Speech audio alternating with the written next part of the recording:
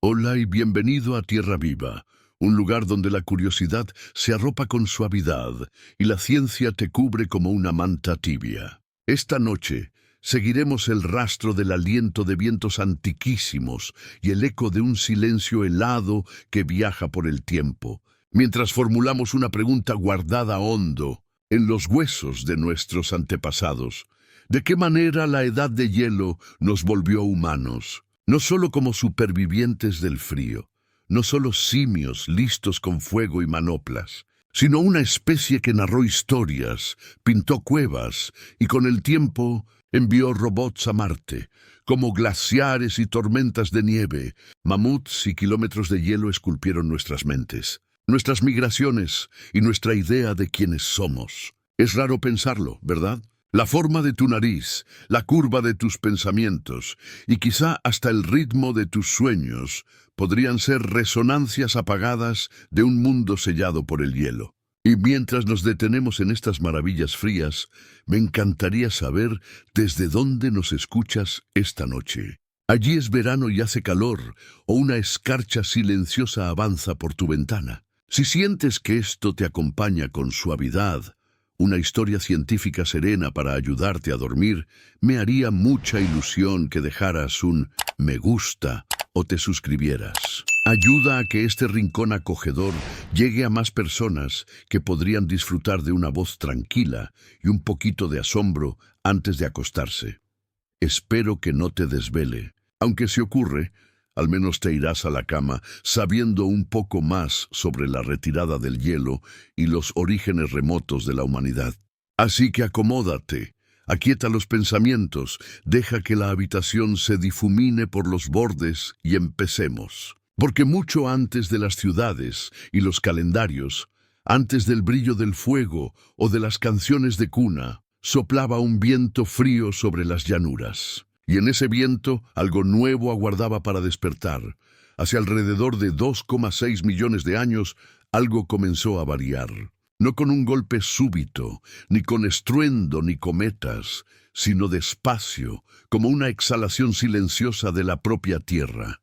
Las masas de hielo crecieron, los océanos se inquietaron, y un planeta que había sido en su mayor parte cálido y bastante estable, cambió no una sola vez, sino una y otra vez. De algún modo, en medio de ese frío cambiante entre extinciones y evolución, un primate extraño aprendió a prosperar. Aprendió a pensar, a sentir, a adaptarse, aprendió a volverse nosotros. Pero como un mundo sumergido en hielo dio lugar a la historia humana. Vamos a explorarlo. Puede que no lo imagines, pero varias de las pistas clave sobre nuestros orígenes helados arrancaron con una brújula. A inicios del siglo XIX, marineros empezaron a notar algo curioso. Sus brújulas no apuntaban siempre exactamente al norte. La aguja se desviaba apenas un poco, sin violencia ni peligro, lo justo para susurrar que algo bajo nuestros pies estaba en movimiento. Ese leve bamboleo, ese lento desplazamiento del norte magnético, acabaría guiando a los geólogos hacia algo mucho más asombroso de lo esperado, que los continentes viajan a la deriva, que los océanos se abren y se cierran, y que la superficie entera de la Tierra es un rompecabezas móvil de placas que se deslizan sobre roca fundida. Pero incluso antes de que la tectónica de placas llegara a los libros de texto, aparecieron otros misterios, más extraños aún, que arrastraron a los científicos hacia el pasado glacial. Lejos del mar, en las lomas ondulantes de la Europa decimonónica, los agricultores desenterraban desde hacía tiempo rocas en sitios improbables, bloques gigantes solitarios en medio de praderas, raspados, agujereados, a veces delicadamente equilibrados, sin razón aparente para estar allí. No había montañas cercanas ni acantilados desde los que hubieran caído, solo campos suaves y esas formas caprichosas del paisaje. Entonces entra en escena Louis Agassiz, un geólogo suizo con talento para las ideas audaces. Agassiz propuso algo que por entonces sonaba casi absurdo, que esas rocas habían sido transportadas por hielo. no por una simple helada invernal o un estanque congelado, sino por glaciares, ríos gigantes de hielo de cientos de metros de espesor que antaño fluyeron por la tierra como monstruos lentos y trituradores. Al principio se rieron de él. Europa enterrada bajo kilómetros de hielo parecía material de mito o de un sueño febril. Pero Agassiz no se limitó a señalar los bloques erráticos. Mostró estrías en el lecho rocoso, surcos paralelos tallados por el peso rasposo del hielo en movimiento. Señaló valles en U, no en V, cuya geometría había sido reescrita por glaciares y no por ríos. Habló de morrenas y drumlins, de eskers y till. Poco a poco, la risa se fue apagando. A finales del siglo XIX, la idea de una gran edad de hielo empezó a cuajar. No una simple ola fría, sino una secuencia de capítulos congelados en la historia terrestre. Lo que hoy los geólogos denominan glaciación cuaternaria, extendida desde hace aproximadamente 2,6 millones de años hasta casi nuestro presente. Porque técnicamente seguimos dentro. Un interludio cálido, sí, pero el telón no se ha bajado del todo. Desde Agassiz, las evidencias se han multiplicado, desde las capas hondas de sedimentos del fondo oceánico, donde conchas de plancton guardan memoria de antiguas temperaturas, hasta las burbujas de gas atrapadas en el hielo antártico, diminutas cápsulas del aliento del planeta. Oxígeno, dióxido de carbono y otros gases se conservaron inmóviles en un silencio cristalino. Estos registros paleoclimáticos han permitido reconstruir no solo una edad de hielo, sino muchas. La Tierra late. Las masas heladas avanzan y retroceden. El nivel del mar sube y baja como un pulso muy lento. Los bosques ceden a la tundra al desierto y después vuelven a florecer. Y la humanidad, nuestra especie completa, emergió y evolucionó en una de las épocas más dinámicas, dramáticas y sensibles al clima de toda la historia del planeta. ¿Qué lo disparó? La respuesta, como tanto en geología, comienza con una inclinación silenciosa. Nuestro mundo no gira como un trompo perfectamente equilibrado. Se bambolea, se inclina, el eje terrestre está inclinado unos 23,5 grados, aunque ese ángulo no es fijo, con el tiempo oscila entre 22 y 25 grados. A ese vaivén se le llama oblicuidad y tarda alrededor de 41.000 años en completar un ciclo. Pero ahí no termina la historia. También actúa la precesión, ese giro perezoso del eje de rotación parecido al balanceo de un trompo cuando empieza a perder fuerza y que se desarrolla a lo largo de unos 26.000 años. Y además, la excentricidad. La órbita de la Tierra alrededor del Sol cambia su forma, pasando de casi circular a más elíptica en ciclos que rondan los 100.000 años. Juntos, estos engranajes, conocidos como ciclos de Milankovitch, en honor al matemático serbio que los trazó a comienzos del siglo XX, sincronizan el clima del planeta como si fueran un gran reloj celeste. Cuando las piezas encajan, cuando los veranos del hemisferio norte son más frescos, la nieve no llega a derretirse del todo, y la luz solar se atenúa de manera lenta y rítmica. El hielo se expande, las glaciaciones avanzan y se inaugura una nueva era de hielo. Ahora bien, los cambios orbitales por sí solos no bastan. La Tierra ha sufrido inclinaciones, bamboleos y bucles desde hace miles de millones de años, pero las glaciaciones a gran escala solo aparecen bajo condiciones particulares. La geografía pesa, la ubicación de los continentes, el trazado de las corrientes oceánicas, el pulso de los volcanes y la respiración pausada del dióxido de carbono que entra y sale de la atmósfera. Hace unos 3 millones de años, los continentes habían adoptado una disposición que era perfecta o desastrosa, según quien lo mire. Las Américas se unieron en un puente de tierra entre el norte y el sur, sellando el intercambio directo entre Pacífico y Atlántico. Con ello, se redibujaron las corrientes y cambió la distribución del calor por todo el globo. La Antártida, durante largo tiempo aislada, quedó abrazada por el hielo permanente. Groenlandia empezó a congelarse, y en el Ártico el hielo marino estacional se volvió más grueso y persistente. A eso se sumó una bajada gradual del CO2 atmosférico, quizá relacionada con el levantamiento de cordilleras como el Himalaya y las Rocosas, que intensificó la meteorización de las rocas y el secuestro de carbono. El escenario quedó listo, así un invierno dejó de terminar por completo. La nieve caída ya no se derretía del todo. Año tras año se acumuló, se compactó, se transformó en hielo y comenzó a deslizarse. Desde los polos y las cumbres, los glaciares avanzaron hacia el sur, desplazándose con lentitud a lo largo de los continentes. Excavaron valles, torcieron ríos y aplastaron bosques bajo su peso. El nivel del mar descendió más de 100 metros al quedar el agua atrapada en gigantescas capas heladas. Ecosistemas enteros desaparecieron bajo el hielo.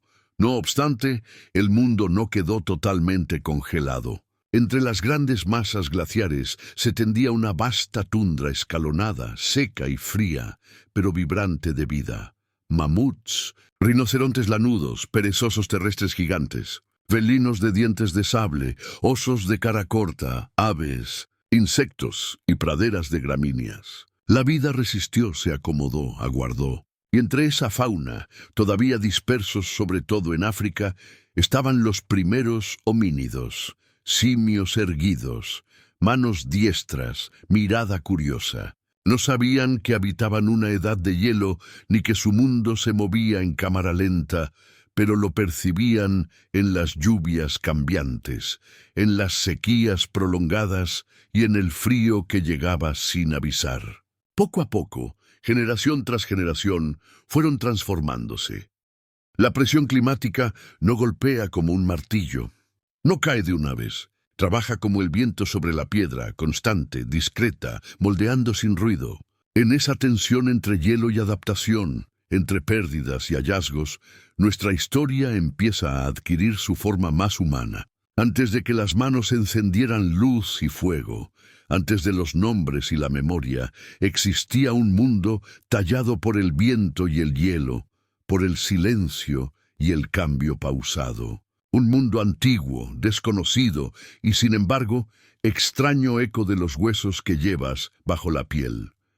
Para entender cómo la edad de hielo nos volvió humanos, conviene sumergirse primero en el escenario previo. Un mundo ya viejo y vivo, con historias escritas en roca. Hace 2,5 millones de años, la Tierra se bamboleaba. No con cataclismos repentinos ni erupciones teatrales, sino con un sutil sube y baja que derivaba hacia un equilibrio más frío.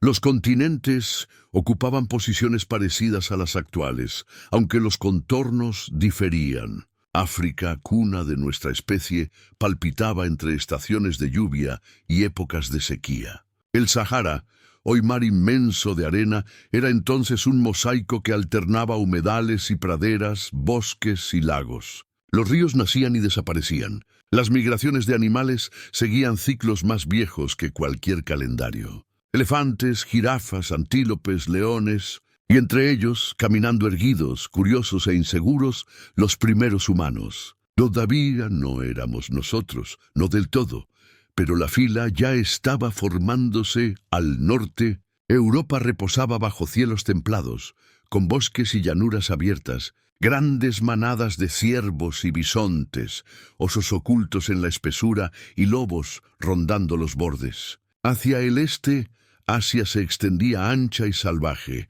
surcada por ríos nacidos de glaciares de montaña y por llanuras de loes, barridas por polvo y nieve. Más al sur, Australia permanecía vacía de humanos, cantando su canción antigua en silencio. Las Américas seguían intactas, aunque no por demasiado tiempo. El planeta tomaba aire. La edad de hielo no cayó de golpe como un telón. Se deslizó.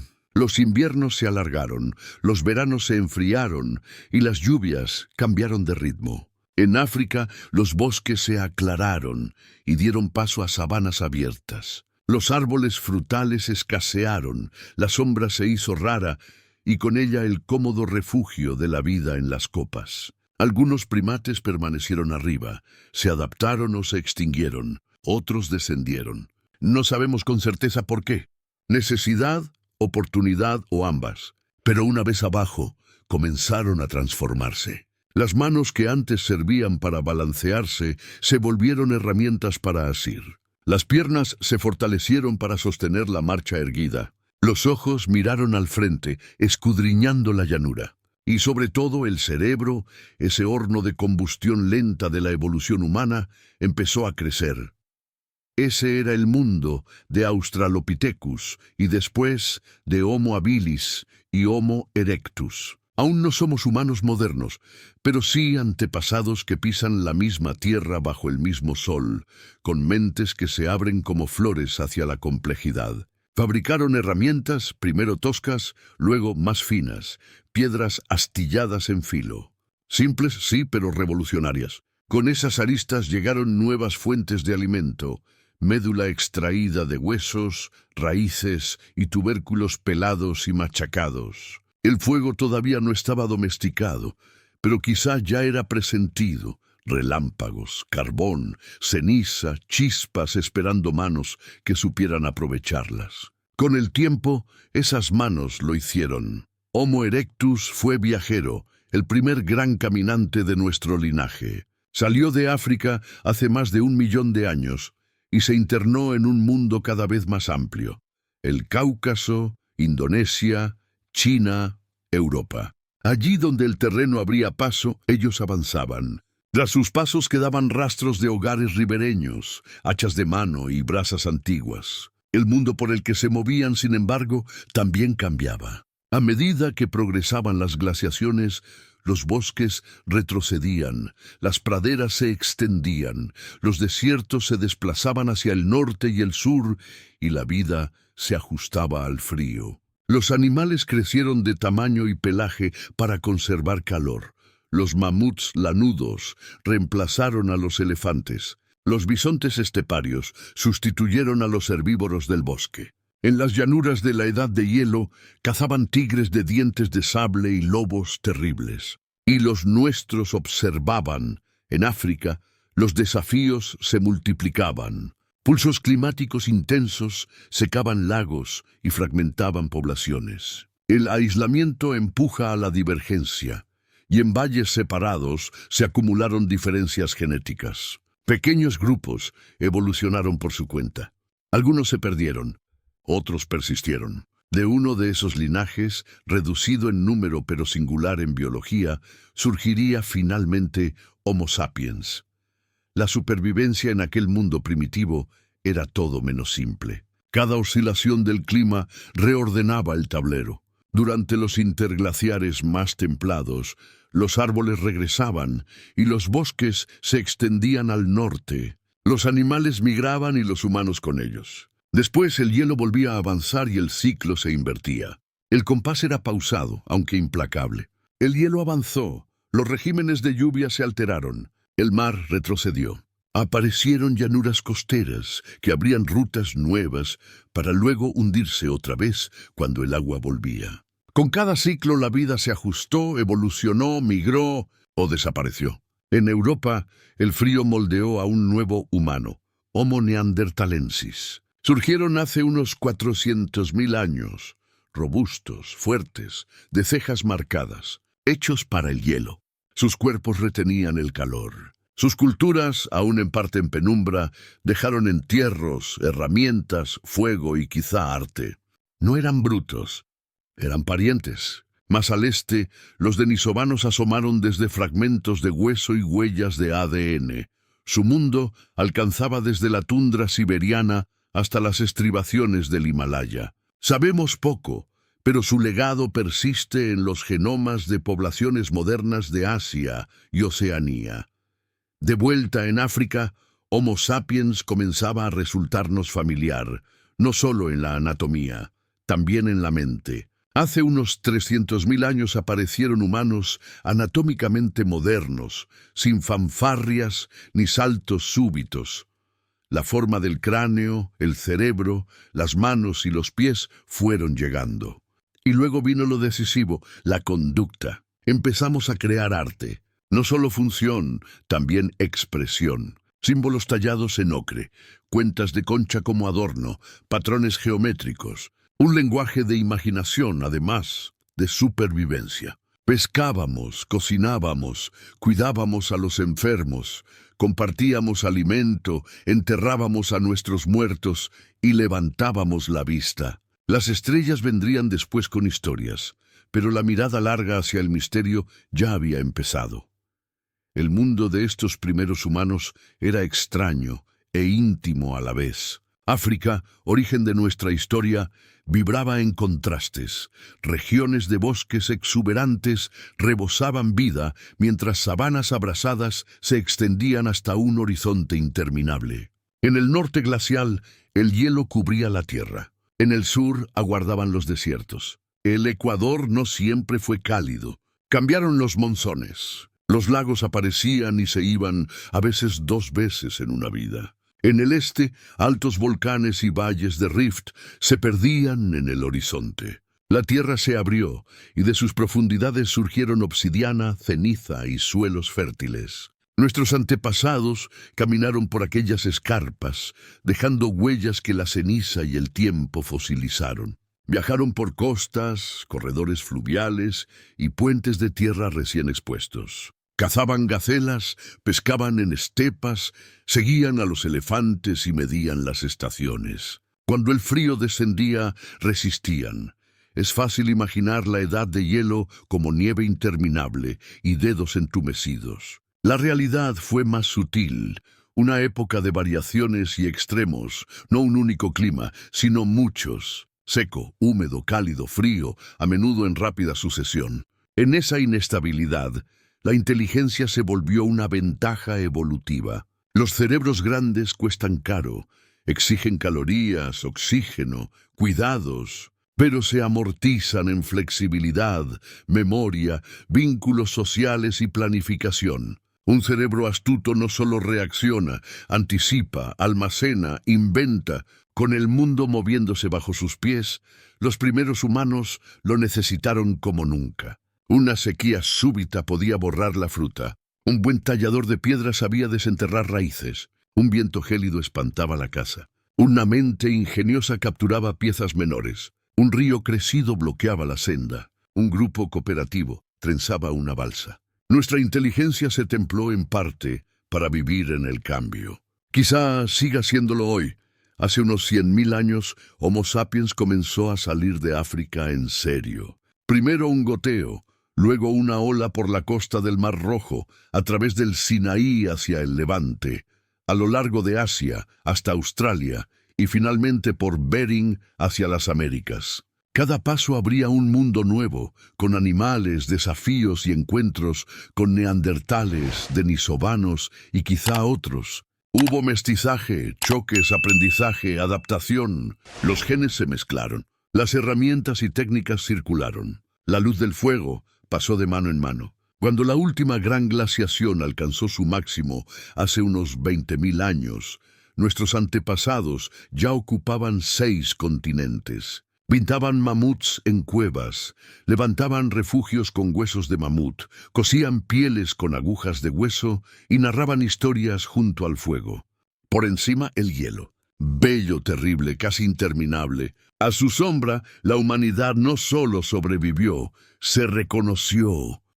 Para entender cómo la edad de hielo nos esculpió, hay que mirar no solo a los glaciares que avanzaron, sino a las fuerzas que los convocaron. Es una rareza de la historia terrestre. A menudo, lo más poderoso sucede tan despacio que ninguna criatura lo nota. Una erupción oscurece cielos por meses, sí, pero un cambio en la inclinación del eje tarda milenios. Y aún así, puede reordenar continentes, derribar bosques y torcer la evolución. La edad de hielo no empezó con un estruendo ni con un amanecer helado. Comenzó con un susurro.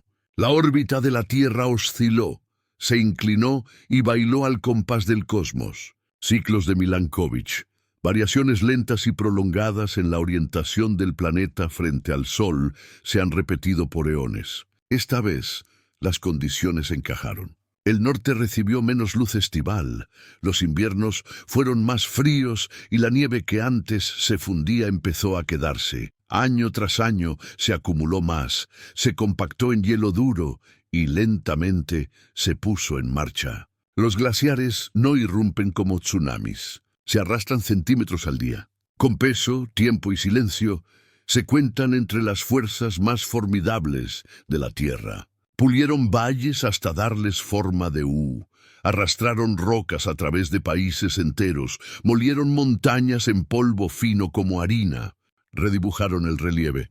En Norteamérica, la capa Laurentide cubrió casi todo Canadá y buena parte del norte de Estados Unidos. El hielo llegó tan al sur como las actuales Nueva York, Chicago, Minneapolis o Seattle, bajo centenares de metros de espesor. En Europa, la capa de hielo de Fennoscandia se extendió desde Escandinavia hacia Alemania, el norte de Francia y Polonia. Con tanta agua atrapada, el mar cayó en picado. Las costas avanzaron cientos de kilómetros. Surgieron puentes de tierra que invitaron a migraciones.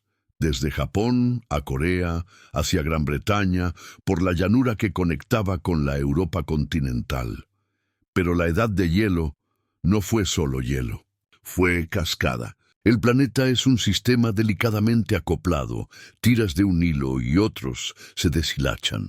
A medida que crecían las capas heladas, reflejaban más luz solar, el albedo. Las superficies blancas rebotan radiación hacia el espacio y enfrían todavía más. Bucle de retroalimentación.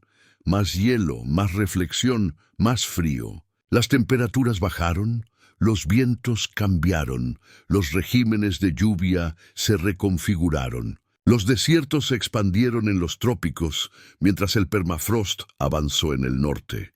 La Amazonía se contrajo. Tormentas de polvo barrieron Eurasia. Algunos lagos se secaron. Otros crecieron. El mundo no se congeló por completo, pero se transformó. El CO2 atmosférico, gas de efecto invernadero vital para retener calor, también descendió. Parte por la propia dinámica de un clima más frío, parte ligada a procesos biológicos y geoquímicos. El plancton florecía en los mares, atrapando carbono en diminutas conchas que, poco a poco, se hundían hasta el fondo oceánico. Los volcanes, como siempre, añadieron su propia voz. Sus erupciones pueden enfriar o calentar según lo que liberen.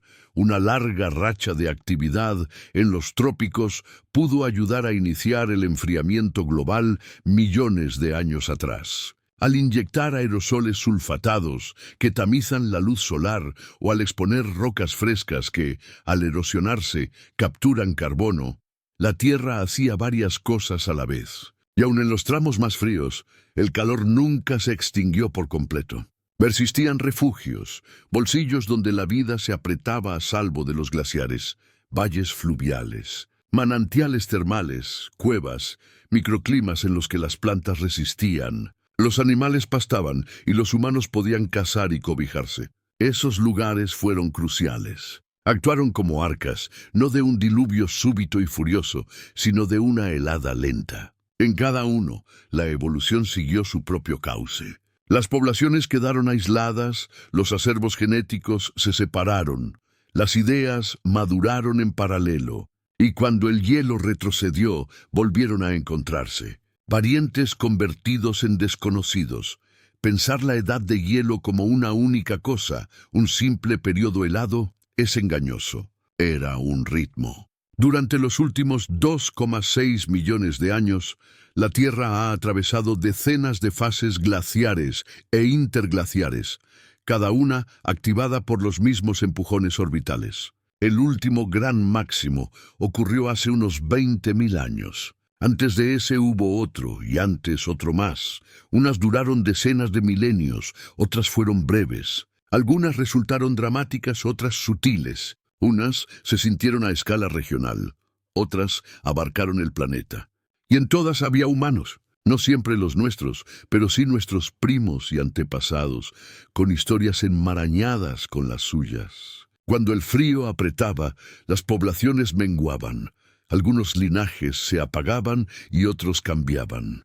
Con el regreso del calor, los supervivientes se dispersaban, llevando fuego, lenguas, herramientas y relatos a tierras que sus abuelos jamás habían visto.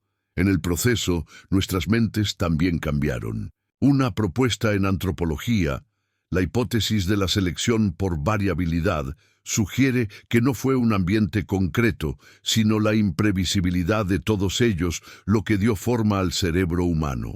Vivir en tránsito constante de lo húmedo a lo seco, de lo frío a lo cálido, del bosque al desierto y de vuelta, favoreció no tanto la fuerza o la velocidad como la flexibilidad, la memoria, la imaginación, la cooperación y la innovación. Quienes pudieron amoldarse al cambio, sobrevivieron. Quienes supieron planificar, recordar, resolver, enseñar y fantasear, prosperaron. ¿Y qué maestro del cambio más severo que la edad de hielo? Sobrevivir al frío implicaba sostener la contradicción, moverse, pero recordar. Estar alerta y a la vez saber esperar. Confiar en el grupo sin dejar de pensar por cuenta propia. Rasgos humanos que no brotan en una noche, sino que se cincelan a lo largo de milenios por el viento, la escasez y el leve crujido de la nieve bajo los pies. El fuego fue central, no solo como abrigo, sino como vida social, cocina, protección y rito. El hogar se volvió punto de encuentro, un centro de gravedad. Alrededor de sus brasas quizá nacieron las historias, tradiciones orales que guardaban saber práctico. Sí, aunque también algo más profundo, asombro, sentido y pertenencia. Del fuego salieron nuevas opciones. Los alimentos cocidos se digieren mejor y rinden más energía. Hay quien propone que ese excedente permitió el crecimiento sostenido del cerebro generación tras generación. Carne, tubérculos, frutos secos tostados, semillas. Ingredientes de una transformación que cambió no solo la dieta, también el destino. Pero la comida nunca estuvo asegurada. Los ecosistemas glaciares eran frágiles. Un viraje brusco del clima podía diezmar presas, helar vallas, secar raíces. Así que la gente diversificó. Aprendió a seguir rastros a través de nieve y estaciones, a tender trampas, a pescar con anzuelos tallados en hueso. Conservaban alimentos, ahumados, secados, enterrados. Confeccionaban vestimenta con pieles cosidas, con agujas de hueso y tendón. Algunos lucían adornos, cuentas, colgantes, símbolos grabados en asta o marfil. No eran herramientas de pura supervivencia. Decían identidad, creencia, y al final pintaron en las profundidades de cuevas de Francia y España, a donde nunca llegaban los vientos del hielo.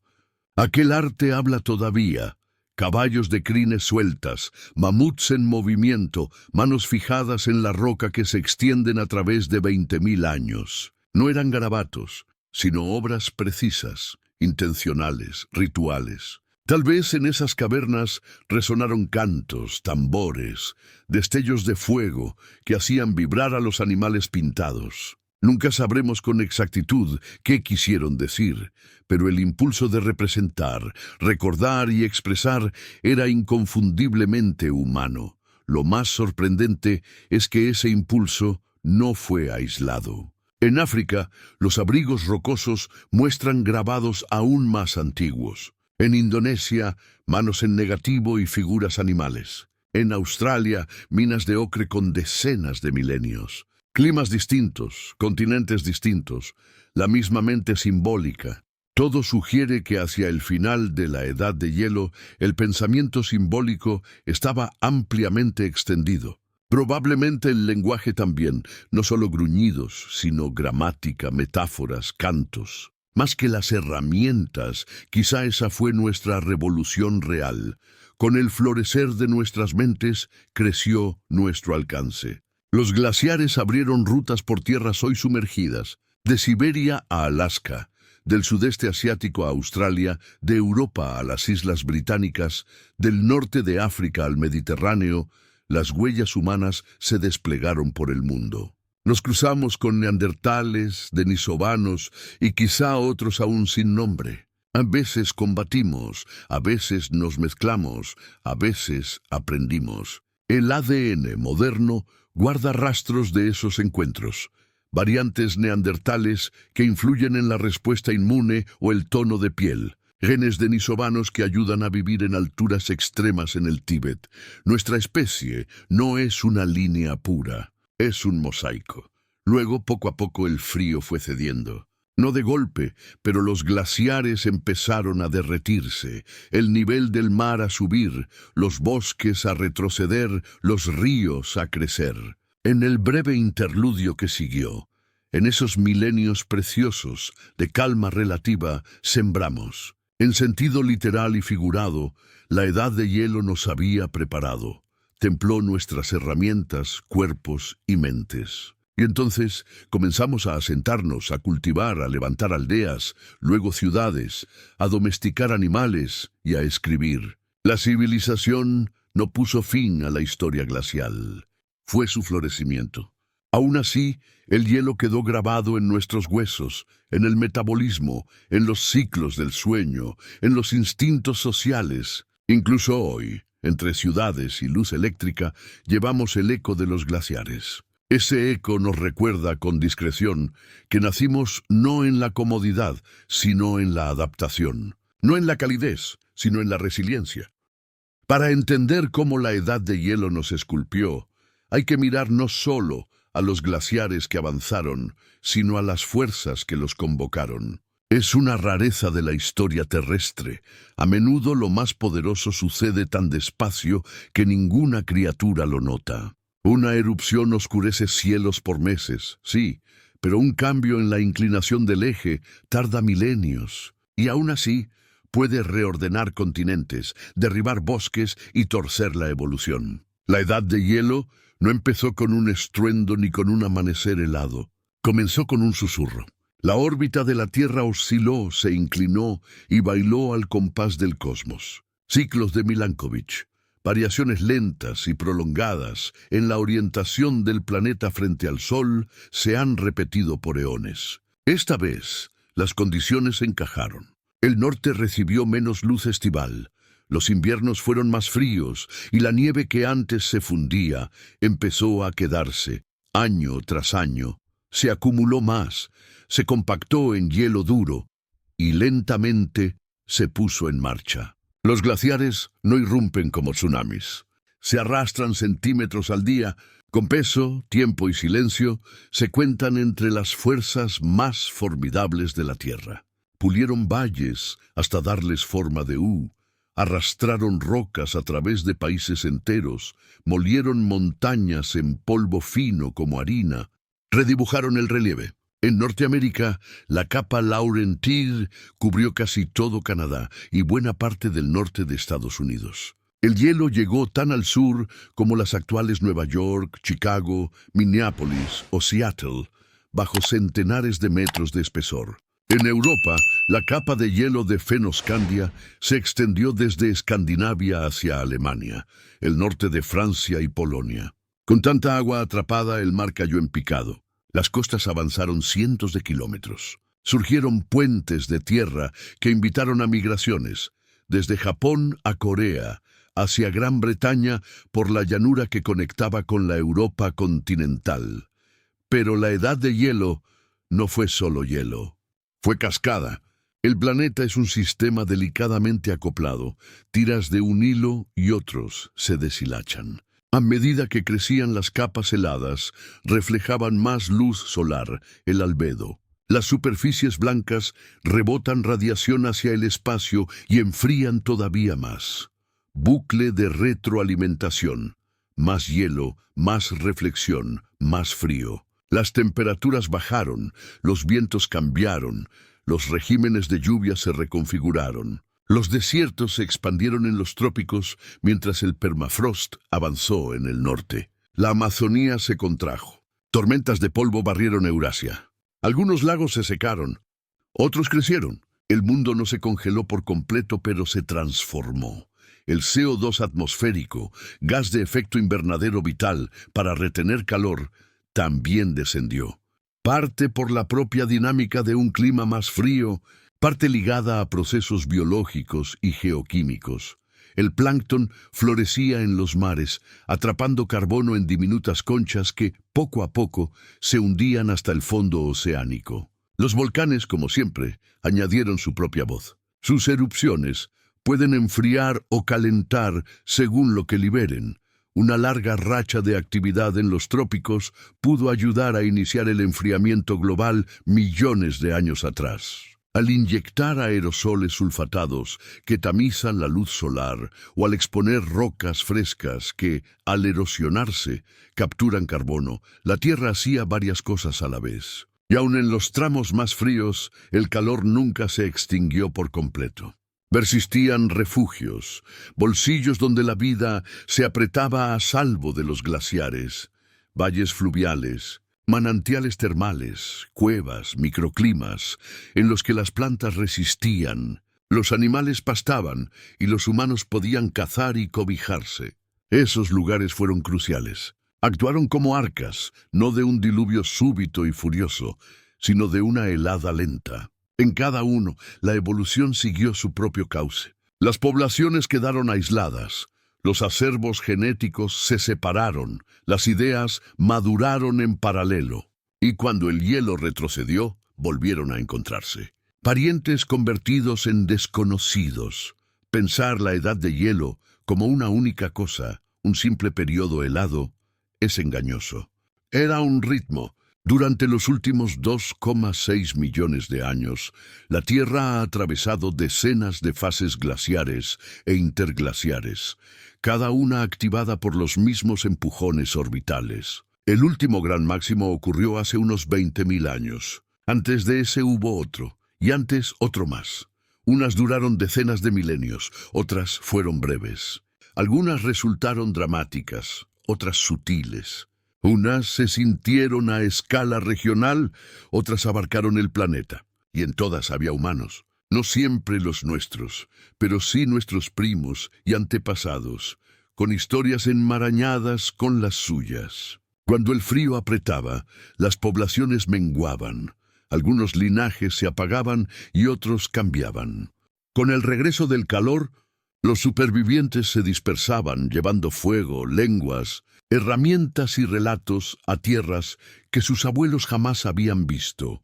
En el proceso, nuestras mentes también cambiaron. Una propuesta en antropología, la hipótesis de la selección por variabilidad, sugiere que no fue un ambiente concreto, sino la imprevisibilidad de todos ellos lo que dio forma al cerebro humano. Vivir en tránsito constante de lo húmedo a lo seco, de lo frío a lo cálido, del bosque al desierto y de vuelta, favoreció no tanto la fuerza o la velocidad como la flexibilidad, la memoria, la imaginación, la cooperación y la innovación. Quienes pudieron amoldarse al cambio, sobrevivieron. Quienes supieron planificar, recordar, resolver, enseñar y fantasear, prosperaron. ¿Y qué maestro del cambio más severo que la edad de hielo? Sobrevivir al frío implicaba sostener la contradicción, moverse pero recordar, estar alerta y a la vez saber esperar, confiar en el grupo sin dejar de pensar por cuenta propia. Rasgos humanos que no brotan en una noche, sino que se cincelan a lo largo de milenios por el viento, la escasez y el leve crujido de la nieve bajo los pies. El fuego fue central, no solo como abrigo, sino como vida social, cocina, protección y rito. El hogar se volvió punto de encuentro, un centro de gravedad. Alrededor de sus brasas quizá nacieron las historias, tradiciones orales que guardaban saber práctico. Sí, aunque también algo más profundo, asombro, sentido y pertenencia. Del fuego salieron nuevas opciones. Los alimentos cocidos se digieren mejor y rinden más energía. Hay quien propone que ese excedente permitió el crecimiento sostenido del cerebro generación tras generación. Carne, tubérculos, frutos secos tostados, semillas, ingredientes de una transformación que cambió no solo la dieta, también el destino. Pero la comida nunca estuvo asegurada. Los ecosistemas glaciares eran frágiles. Un viraje brusco del clima podía diezmar presas, helar vallas, secar raíces. Así que la gente diversificó. Aprendió a seguir rastros a través de nieve y estaciones, a tender trampas, a pescar con anzuelos tallados en hueso. Conservaban alimentos ahumados, secados, enterrados. Confeccionaban vestimenta con pieles cosidas con agujas de hueso y tendón. Algunos lucían adornos, cuentas, colgantes, símbolos grabados en asta o marfil. No eran herramientas de pura supervivencia, decían identidad, creencia, y al final pintaron en las profundidades de cuevas de Francia y España, a donde nunca llegaban los vientos del hielo. Aquel arte habla todavía. Caballos de crines sueltas, mamuts en movimiento, manos fijadas en la roca que se extienden a través de 20.000 años. No eran garabatos, sino obras precisas, intencionales, rituales. Tal vez en esas cavernas resonaron cantos, tambores, destellos de fuego que hacían vibrar a los animales pintados. Nunca sabremos con exactitud qué quisieron decir, pero el impulso de representar, recordar y expresar era inconfundiblemente humano. Lo más sorprendente es que ese impulso no fue aislado. En África, los abrigos rocosos muestran grabados aún más antiguos. En Indonesia, manos en negativo y figuras animales. En Australia, minas de ocre con decenas de milenios. Climas distintos, continentes distintos, la misma mente simbólica. Todo sugiere que hacia el final de la Edad de Hielo, el pensamiento simbólico estaba ampliamente extendido. Probablemente el lenguaje también, no solo gruñidos, sino gramática, metáforas, cantos. Más que las herramientas, quizá esa fue nuestra revolución real. Con el florecer de nuestras mentes creció nuestro alcance. Los glaciares abrieron rutas por tierras hoy sumergidas. De Siberia a Alaska, del sudeste asiático a Australia, de Europa a las Islas Británicas, del norte de África al Mediterráneo, las huellas humanas se desplegaron por el mundo. Nos cruzamos con neandertales, denisovanos y quizá otros aún sin nombre. A veces combatimos, a veces nos mezclamos, a veces aprendimos. El ADN moderno guarda rastros de esos encuentros. Variantes neandertales que influyen en la respuesta inmune o el tono de piel. Genes denisovanos que ayudan a vivir en alturas extremas en el Tíbet. Nuestra especie no es una línea pura, es un mosaico. Luego, poco a poco, el frío fue cediendo. No de golpe, pero los glaciares empezaron a derretirse, el nivel del mar a subir, los bosques a retroceder, los ríos a crecer. En el breve interludio que siguió, en esos milenios preciosos de calma relativa sembramos. En sentido literal y figurado, la Edad de Hielo nos había preparado, templó nuestras herramientas, cuerpos y mentes. Y entonces comenzamos a asentarnos, a cultivar, a levantar aldeas, luego ciudades, a domesticar animales y a escribir. La civilización no puso fin a la historia glacial, fue su florecimiento. Aún así, el hielo quedó grabado en nuestros huesos, en el metabolismo, en los ciclos del sueño, en los instintos sociales. Incluso hoy, entre ciudades y luz eléctrica, llevamos el eco de los glaciares. Ese eco nos recuerda, con discreción, que nacimos no en la comodidad, sino en la adaptación, no en la calidez, sino en la resiliencia. Ahí se cierra el círculo. La misma plasticidad que nos permitió sobrevivir a la Edad de Hielo, pensar por adelantado, recordar el pasado, cooperar y aprender, hoy nos da las herramientas para responder, reparar y replantear. Pero solo si atendemos al hielo, a los fósiles, a las historias inscritas en el barro, los huesos y en burbujas de aire antiguo. Las reacciones en cadena que nos hicieron humanos no han concluido. Nunca lo hacen. Seguimos en medio de un proceso que aún se está formando, que aún nos moldea. La Edad de Hielo no fue un capítulo aislado. Fue una maestra. Sus lecciones, si ponemos oído, siguen ofreciéndose. Si la Edad de Hielo nos esculpió, no lo hizo como un artista solitario, sino como parte de un linaje larguísimo de transformaciones. Cada una con su tempo y su textura, todas cosidas al tejido del tiempo profundo. La Tierra es, al fin y al cabo, un planeta de ciclos, inhala y exhala continentes, entierra océanos y levanta cordilleras, borra lo viejo y escribe lo nuevo. A veces lo hace en silencio durante millones de años, a veces en un pestañeo cósmico, La glaciación cuaternaria que nos tocó nacer no fue la primera, ni la más fría, ni la más extensa. Es simplemente la nuestra, la que dejó huellas en nuestra sangre. Para ver el cuadro completo hay que retroceder muy atrás, más allá del auge de los mamíferos, de los grandes reptiles, de los primeros bosques e incluso de los primeros esqueletos marinos. Sigue retrocediendo.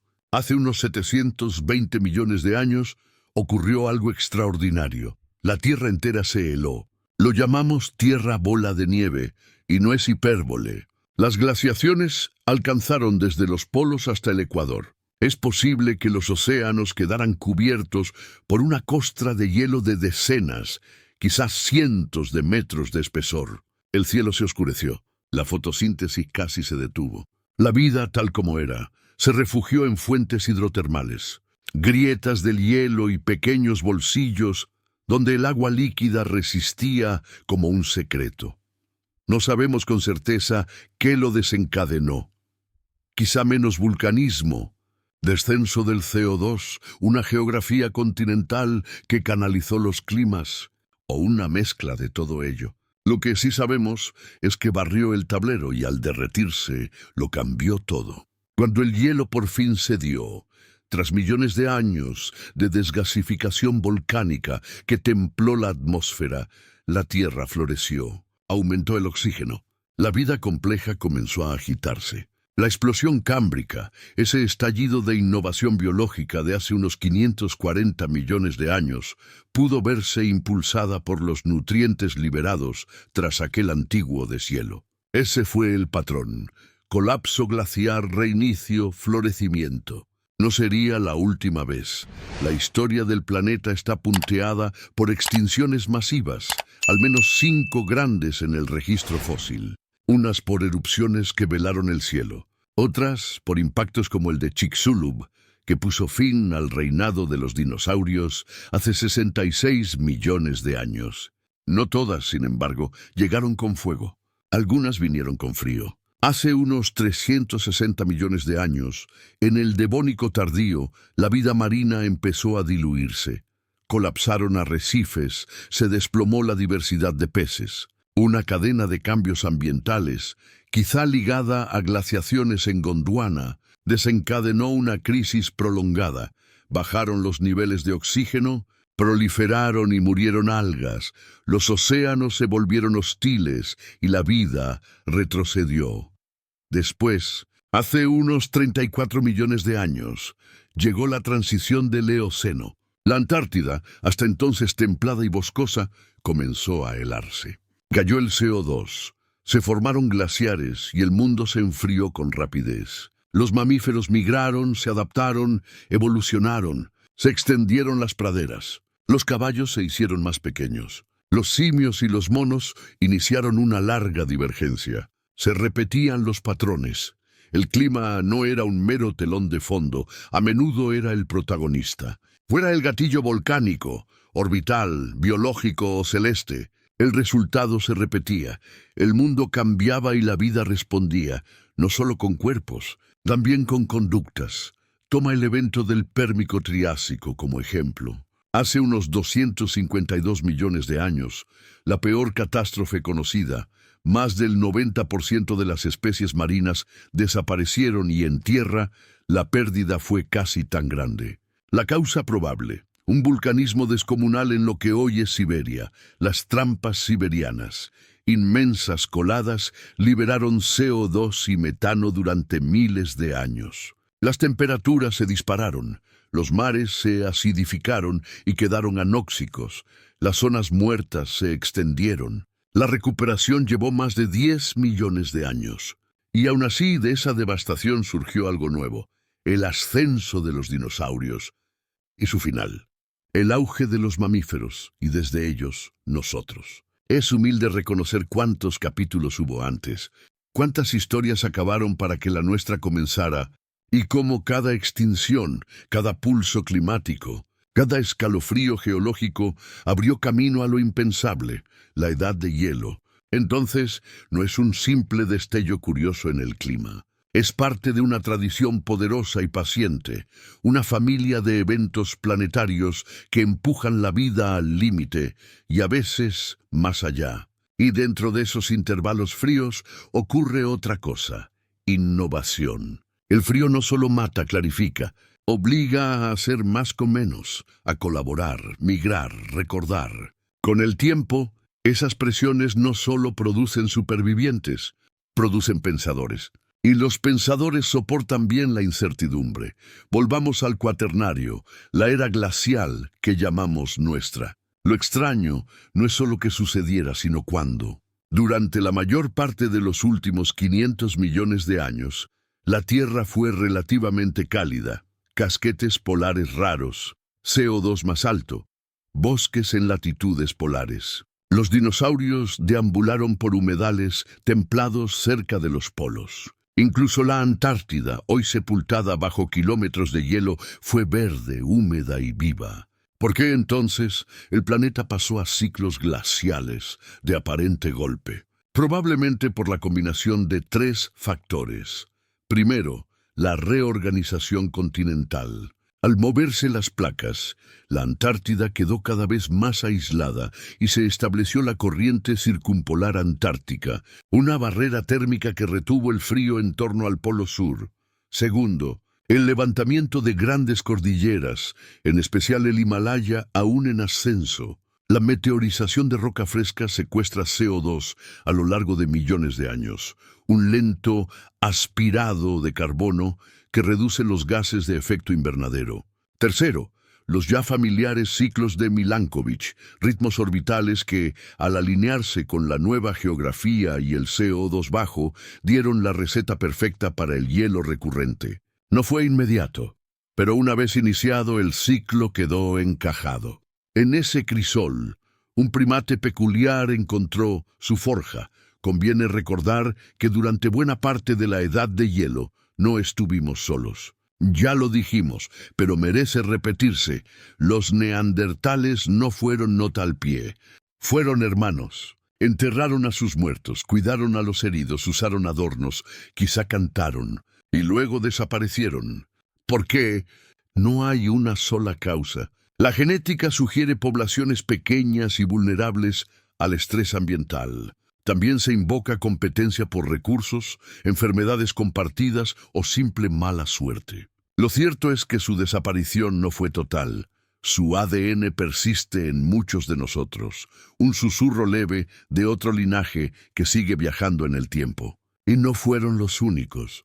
Por el mundo antiguo caminaron otros homínidos, denisovanos en Asia, y el enigmático Homo floresiensis de Indonesia, el hobbit por su talla pequeña. Posiblemente haya otros que aún no hemos descubierto. La historia humana no parece una línea recta, sino un río trenzado cuyos brazos se unen, se pierden y vuelven a aparecer, todo condicionado por el clima. Porque mientras la edad de hielo avanzaba y retrocedía, abría ventanas de movimiento y luego las cerraba de golpe. Durante los periodos de bajo nivel glaciar, el mar descendía y surgían puentes de tierra. Así cruzamos hacia Australia, quizá en embarcaciones, hacia América, probablemente por tierra, o incluso por una ruta costera que hoy yace bajo el agua. Después, con el deshielo, aquellas puertas se cerraron. El aumento del nivel del mar ahogó los pasos. Las poblaciones quedaron aisladas. Los idiomas divergieron. Las culturas se ramificaron y florecieron en paralelo, y aún así, la marca de la edad de hielo permaneció. La sentimos en nuestros genomas, donde perduran adaptaciones al frío que influyen en cómo regulamos el calor corporal, metabolizamos la grasa o respondemos a la altitud. En los paisajes, donde lagos, valles y colinas conservan el trazo de un hielo ya desaparecido. En los mitos, que susurran desde una memoria antigua historias de inundaciones, inviernos largos o travesías por tierras áridas. Y quizá sobre todo en nuestra capacidad de imaginar un mundo que fue distinto y que tal vez vuelva a serlo. Si algo enseñó la edad de hielo es que la Tierra no permanece quieta. Se mueve, cambia, invita a sus habitantes a moverse con ella. A veces con suavidad, a veces con urgencia, pero siempre con cambio. Y ese cambio, con su peligro y su dolor, también es el latido de la vida. Limpia el lienzo y obliga a reinventarse. Y a ratos, cuando las condiciones se alinean, crea seres capaces de preguntar por qué. ¿Por qué aquí? ¿Por qué ahora? ¿Por qué nosotros? Regresamos entonces al frío, no como víctimas ni apenas como alumnos, sino como sus improbables herederos. Si el hielo dio forma al mundo y nos esculpió en él, la segunda gran transformación llegó mucho después, cuando empezamos a comprender lo que había ocurrido. Porque durante casi toda la historia humana nadie lo sabía. Los primeros agricultores, las primeras ciudades, los reyes, escribas y profetas, todos vivieron a la larga y templada sombra del último retroceso glaciar. El hielo se había ido, las aguas habían subido, la megafauna casi desapareció, y en su lugar llegaron arados, ladrillos, bronce. Poco a poco, aquel gran mundo helado que nos formó se desvaneció de la memoria. Quizá sobrevivió en mitos, relatos de diluvios, gigantes enterrados, cuentos de inviernos eternos y bestias errantes. Pero solo en los últimos siglos empezamos de verdad a preguntarnos, ¿por qué hay rocas donde no deberían? ¿Por qué los valles se curvan así? ¿Por qué yacen bajo nuestros pies huesos de animales gigantes y desconocidos? Al principio no siempre fueron preguntas científicas. Eran acertijos, curiosidades, pistas en paisajes que habían dejado de cuadrar. Poco a poco atrajeron mentes curiosas hacia un misterio de escala continental. Una de las primeras fue la de Ignaz Benetz, ingeniero suizo de comienzos del siglo XIX.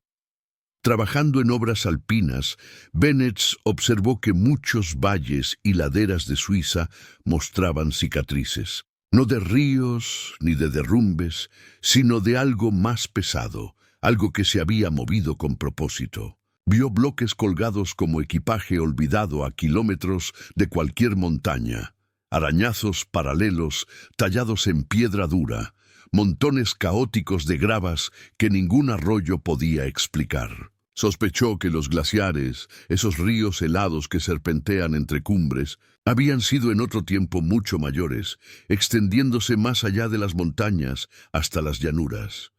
Casi nadie le hizo caso, hasta que otra mente suiza llevó la idea más lejos. Louis Agassiz, naturalista y geólogo, fue audaz donde Benetz había sido prudente. En 1837 propuso que gran parte de Europa estuvo cubierta por una enorme capa de hielo. No solo los Alpes, también las tierras bajas. No solo glaciares de montaña, sino mantos continentales. No hablaba de una simple ola de frío. Reescribía la historia de la Tierra. La evidencia crecía. Bloques erráticos, rocas gigantes trasladadas y depositadas donde ninguna fuerza local bastaba. Morrenas, crestas de roca y grava dejadas por el hielo en retirada, estrías glaciares, surcos paralelos tallados en el lecho rocoso por hielo cargado de piedras, valles en U que no encajaban con la erosión fluvial. Al principio las risas sobraron. Agassiz fue objeto de burlas por afirmar que Europa yacía antaño bajo kilómetros de hielo. Pero sus ideas ganaron tracción. Ayudó que el propio paisaje susurrara en su defensa. Agricultores que habían visto esas rocas toda su vida, pastores que recorrieron esos valles, ingenieros que cavaron en aquellas colinas de grava. La tierra recordaba. Por fin, alguien hacía las preguntas correctas. La noción de una edad de hielo se difundió. En las décadas siguientes, geólogos de Europa y Norteamérica miraron su territorio con ojos nuevos. En Alemania, Gran Bretaña o el Medio Oeste estadounidense, depósitos antes tildados de caóticos empezaron a ordenarse en patrones. Se trazaron mapas, se debatieron cronologías y nacieron términos. Máximo glacial Morrena-Loess. La revelación mayor, sin embargo, llegó después. No había sido una sola edad de hielo, sino muchas. Lo que llamamos la edad de hielo es en realidad un largo intervalo que se extiende más de 2,5 millones de años, con decenas de avances y retrocesos del hielo. Cada uno transformó el mundo. Cada uno alteró el clima. Cada uno obligó a la vida a adaptarse o desaparecer.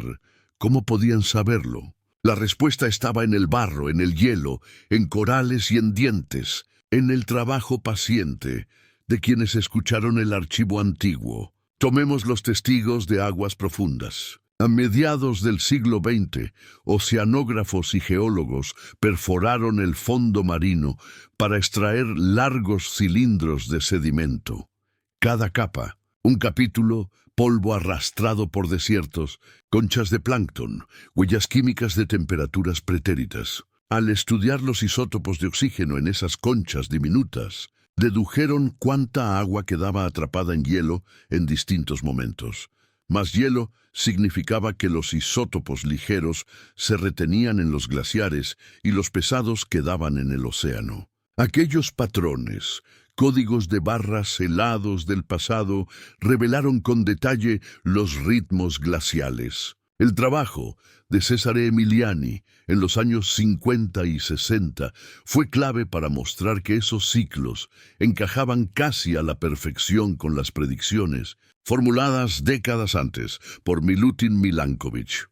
Y ahí llegamos a Milankovic. Ingeniero civil y matemático serbio, no era geólogo de campo, no excavó fósiles ni analizó testigos de hielo, leyó los cielos. A comienzos del siglo XX, calculó con precisión cómo varían la órbita, la inclinación y el bamboleo del eje terrestre a lo largo de decenas de milenios, y cómo esas variaciones redistribuyen la energía solar que recibe el planeta, pudiendo activar periodos glaciales e interglaciales. Al principio sus ideas parecieron demasiado abstractas, excesivamente matemáticas, y quedaron casi ignoradas. Pero a medida que se acumularon los registros isotópicos y se dataron depósitos glaciares, la coincidencia emergió. Sus ciclos eran reales y habían moldeado la respiración del planeta. Más tarde, en la década de 1970, esfuerzos internacionales reconstruyeron el clima del último máximo glacial con datos de núcleos oceánicos, sedimentos terrestres y hielo, componiendo una de las primeras imágenes globales de un clima antiguo. Confirmaron cuán diferente fue el mundo, donde hoy hay tierras de cultivo, hubo tundra, donde ahora hay mar, hubo tierra seca, donde se alzan ciudades, el hielo talló piedra. Y aún así, quizá los registros más poéticos vinieron del propio frío, del hielo. En el corazón de la Antártida, en una vasta llanura helada como Dome C, y también en la capa de hielo de Groenlandia, equipos de investigadores pasaron años, incluso décadas, perforando el hielo. Cada estrato al que llegaban había sido alguna vez una nevada comprimida, compactada y vuelta a hielo sólido, pero aún guardaba minúsculas burbujas de aire antiguo. Los testigos de hielo de Vostok, extraídos en la Antártida Oriental, alcanzan más de 400.000 años. Más tarde, el núcleo de Epica Dome C empujaría ese límite por encima de los 800.000. Esas burbujas atrapadas son susurros. En ellas puede medirse CO2, metano, proporciones isotópicas. A partir de ellas se reconstruyen atmósferas pretéritas, estaciones pasadas, temperaturas antiguas. Se ve respirar a la Tierra. Estos archivos no solo confirmaron los ciclos glaciares, iluminaron los bucles de retroalimentación, como el frío se reforzaba a sí mismo, como CO2 y temperatura caminaban de la mano, y sobre todo nos permitieron comparar. La última vez que el CO2 alcanzó niveles como los actuales fue hace cientos de miles de años, en un planeta bastante más cálido. Y aún así, aquí estamos corriendo de nuevo hacia ese calor, no por órbitas ni inclinación, sino por fuego. El contraste alecciona, pero el método que nos lo revela asombra. Porque no se trata solo de núcleos y ecuaciones. Hay personas, nombres, manos en el barro frío, ojos tras microscopios, paciencia medida en vidas.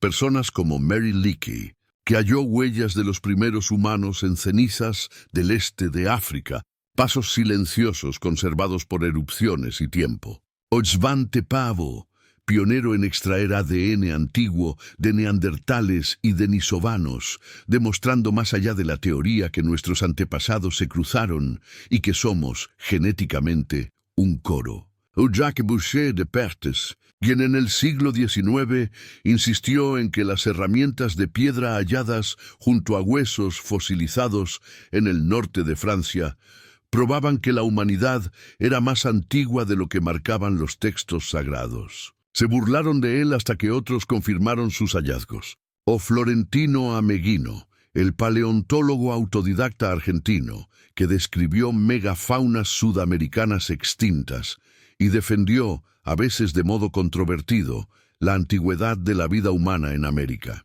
O Marcelin Boulay, que reconstruyó por primera vez un esqueleto neandertal y, sin querer, cimentó durante décadas el mito del hombre de las cavernas brutal. La ciencia también crea mitos y luego los corrige. No eran solo científicos, eran narradores y oyentes, gente dispuesta a preguntar ¿qué pasó aquí?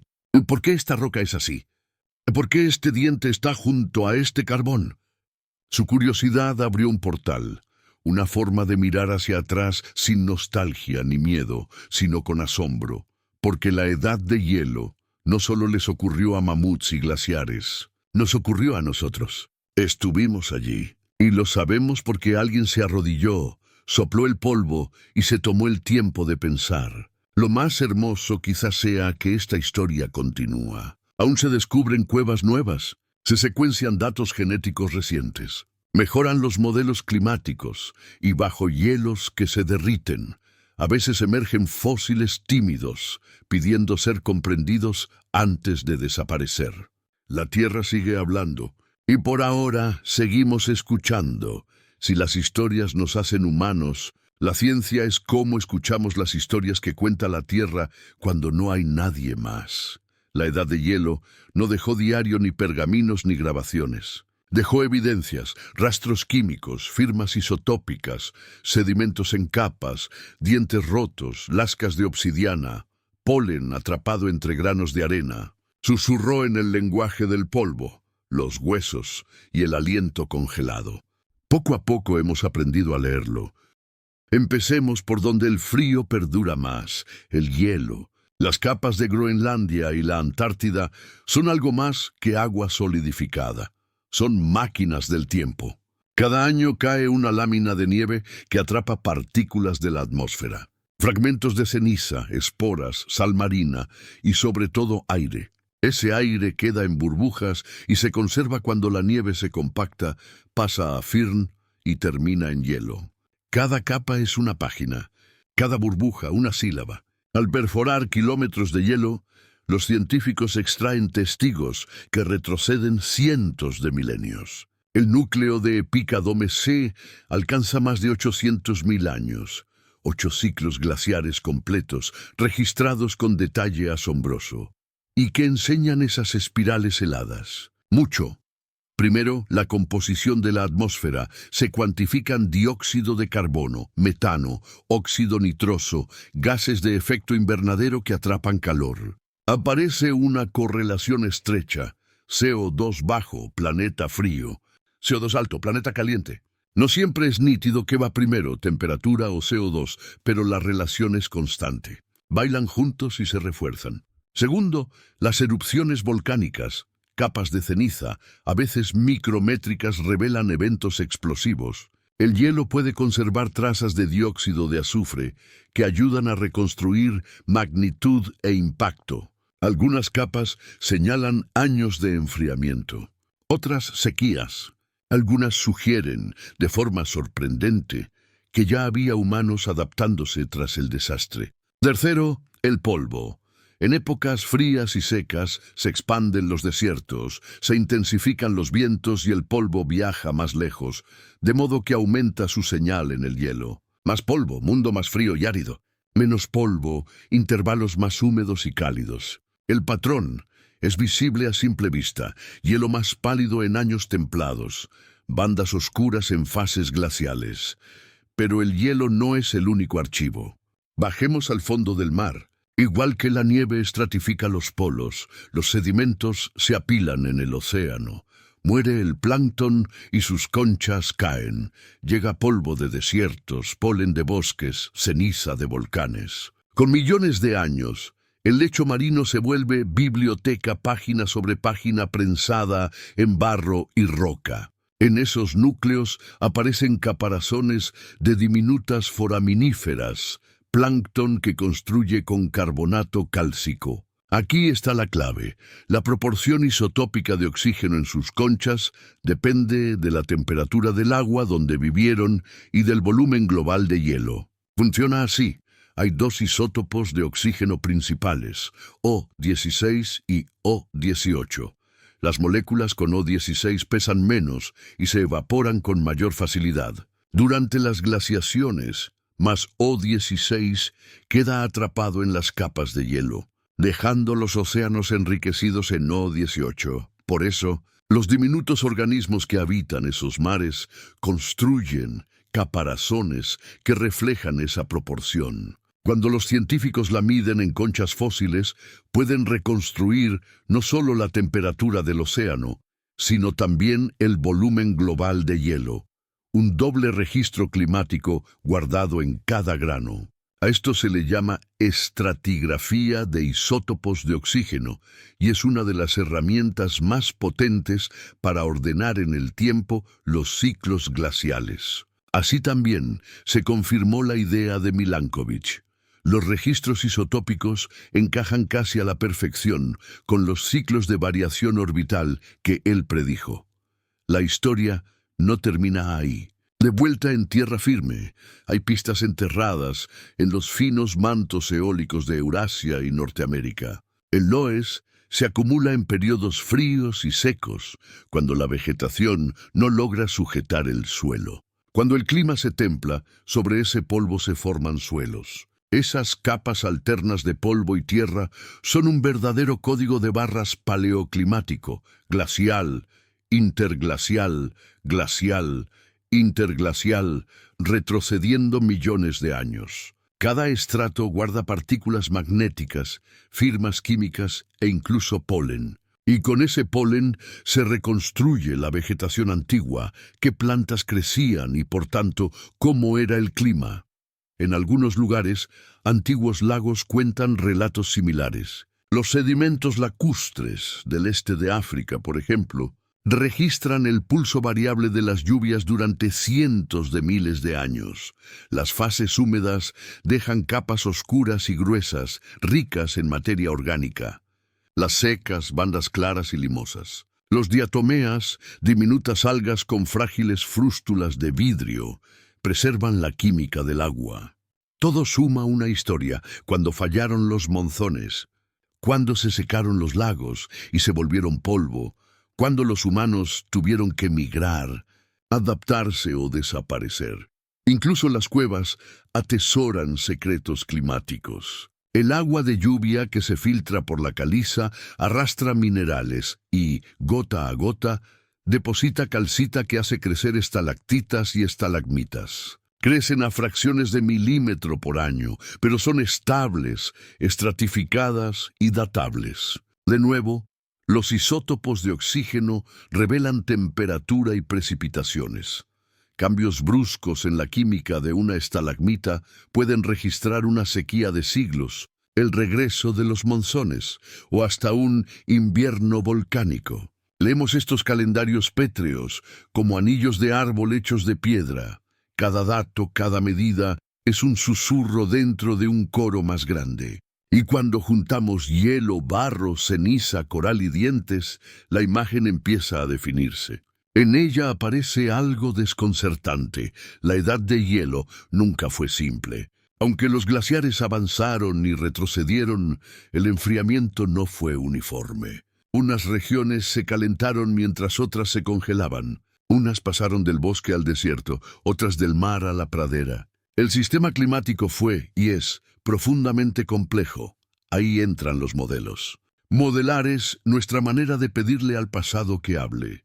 Tomamos lo que sabemos, la física de la luz y las nubes, las corrientes oceánicas y la química del aire, y simulamos cómo pudo ser el planeta hace miles o millones de años. Los primeros modelos eran toscos. Reproducían temperaturas, pero se perdían con las lluvias, los monzones o la sutilez del hielo continental. Hoy, con supercomputación, datos de satélite, campañas de campo y la calibración cuidadosa con registros paleoclimáticos, podemos reconstruir climas glaciales con asombrosa nitidez. Vemos cómo los chorropolars desplazados alteraron las precipitaciones en el Sahara, cómo el albedo reforzó el enfriamiento en Canadá, cómo la propia topografía del hielo creó climas locales que modificaron vientos a miles de kilómetros. En los modelos más finos, incluso se simula nuestra expansión. ¿Por dónde pudieron caminar los humanos? ¿Qué ríos cruzaron? ¿Qué barrera levantó el clima? Esos modelos se validan con polen, curvas isotópicas y yacimientos arqueológicos. Cuando coinciden, sucede algo silencioso y hermoso. No solo intuimos lo que fue, rozamos cómo se sintió. La tormenta que empujó a un grupo a refugiarse en una cueva ibérica. La sequía que vació un lago en el Rift Oriental. El deshielo que abrió un collado y con él un valle nuevo por explorar. No solo medimos clima, medimos posibilidad. Un ejemplo vívido es la historia de los paleolagos saharianos. Hoy el Fezzan libio es de los lugares más secos del planeta, pero bajo la arena yacen lechos de lagos fósiles que hablan de mares interiores de agua dulce extendiéndose cientos de kilómetros. Sus sedimentos cuentan interglaciales en que el Sahara floreció, peces, cocodrilos, árboles y humanos. Herramientas de piedra, hogares y basureros sugieren presencia humana estable a orillas de esos lagos hace 130.000 años y, de nuevo, hacia 80.000. Luego cambió la órbita, retrocedió el monzón y los lagos desaparecieron, lo que fue Edén devino exilio. Historias parecidas laten en África, Oriente Medio, Asia Central, tierras secas que recuerdan la humedad, cuevas que recuerdan canciones, lagos antiguos que recuerdan nadadores. Lo sorprendente es la consistencia de la señal. En ADN, en polvo, en datos, los pulsos se repiten, de frío a cálido, de húmedo a seco, de presión a alivio. Esa presión lenta, silenciosa y acumulativa fue moldeando la evolución, no a saltos dramáticos, sino a empujones. Se seca un lago, un pueblo se desplaza, una sequía persiste, una mutación perdura. Repite el proceso miles de veces y nos tienes aún hoy, llevamos ese legado en la biología. Nuestros ritmos circadianos, ese ciclo de 24 horas de hormonas y alerta sintonizado con luz y oscuridad, eco de una época en que la duración del día podía decidir la supervivencia. Nuestras respuestas metabólicas, cómo almacenamos y consumimos grasa, quizá talladas por hambrunas pleistocenas y largos inviernos con poca comida. La forma de la nariz, el color de la piel, el rizo del cabello, adaptaciones a bandas climáticas, luz solar, humedad y heladas. Y más allá del cuerpo, la memoria cultural. Relatos de diluvios y grandes travesías, patrias perdidas y tierras prometidas, edades doradas e inviernos oscuros, soles detenidos. Mitos que aparecen una y otra vez, dispersos pero familiares, quizás sembrados por eventos reales, vividos en los bordes de un mundo inestable. La ciencia no prueba los mitos, pero les ofrece un marco, y a veces ese marco brilla, porque entre números y gráficos, curvas isotópicas y sedimentos, no solo encontramos patrones, nos encontramos a nosotros mismos. Detrás de un gráfico de anomalías térmicas o de flujos de metano hay vidas, gente nacida en un pulso cálido, ancianos que sobrevivieron a una década fría, tribus que se dividieron, culturas que convergieron. La luz del fuego parpadeando en paredes de cueva, mientras afuera aúlla el viento. La ciencia nos da el esqueleto, nuestro asombro le pone carne, así que cuando hablamos de isótopos de oxígeno, geomorfología glacial, loes y excentricidad orbital, no tratamos asuntos secos e inertes. Hablamos de un mundo que respira, cambia y recuerda. De nuestra larga historia, lenta, contada en piedra, susurrada en hielo, medida en polvo y llevada adelante, una pregunta silenciosa a la vez.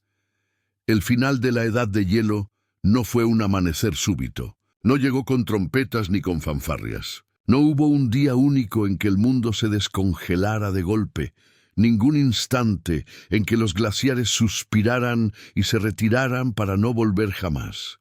Fue más bien como ver una exhalación al revés, lento, vacilante. Un planeta que se descongela no solo en grados, también en ritmo y en posibilidad. Hace unos 20.000 años, el último máximo glacial alcanzó su cenit.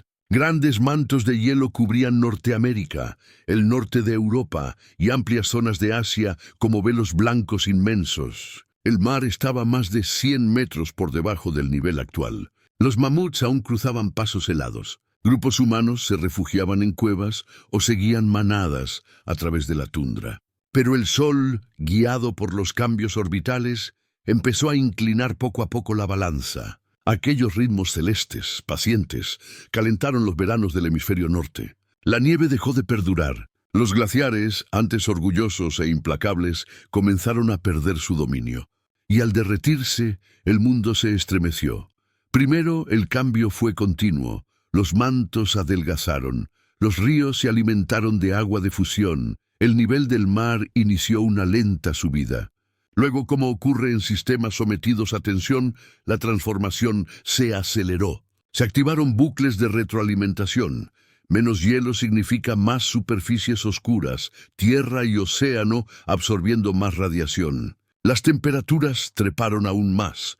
Grandes lagos glaciares reventaron sus diques naturales. Inundaciones recorrieron continentes. El planeta basculó hacia algo nuevo. Pero cambiar, sobre todo tras milenios de quietud, rara vez es sencillo. La recuperación no fue pacífica. A medida que el hielo retrocedía, los ecosistemas se rearmaban. La tundra cedió a los pastizales, estos a los matorrales y, después, a los bosques. En Norteamérica, los abetales avanzaron hacia el norte, seguidos por abedules, más tarde robles y finalmente pinos. Los animales se movieron donde pudieron. Algunos, como renos y bueyes almizcleros, siguieron al frío hacia latitudes mayores. Otros, como el mamut lanudo o el tigre de dientes de sable, quedaron encallados en un mundo que ya no encajaba con su diseño.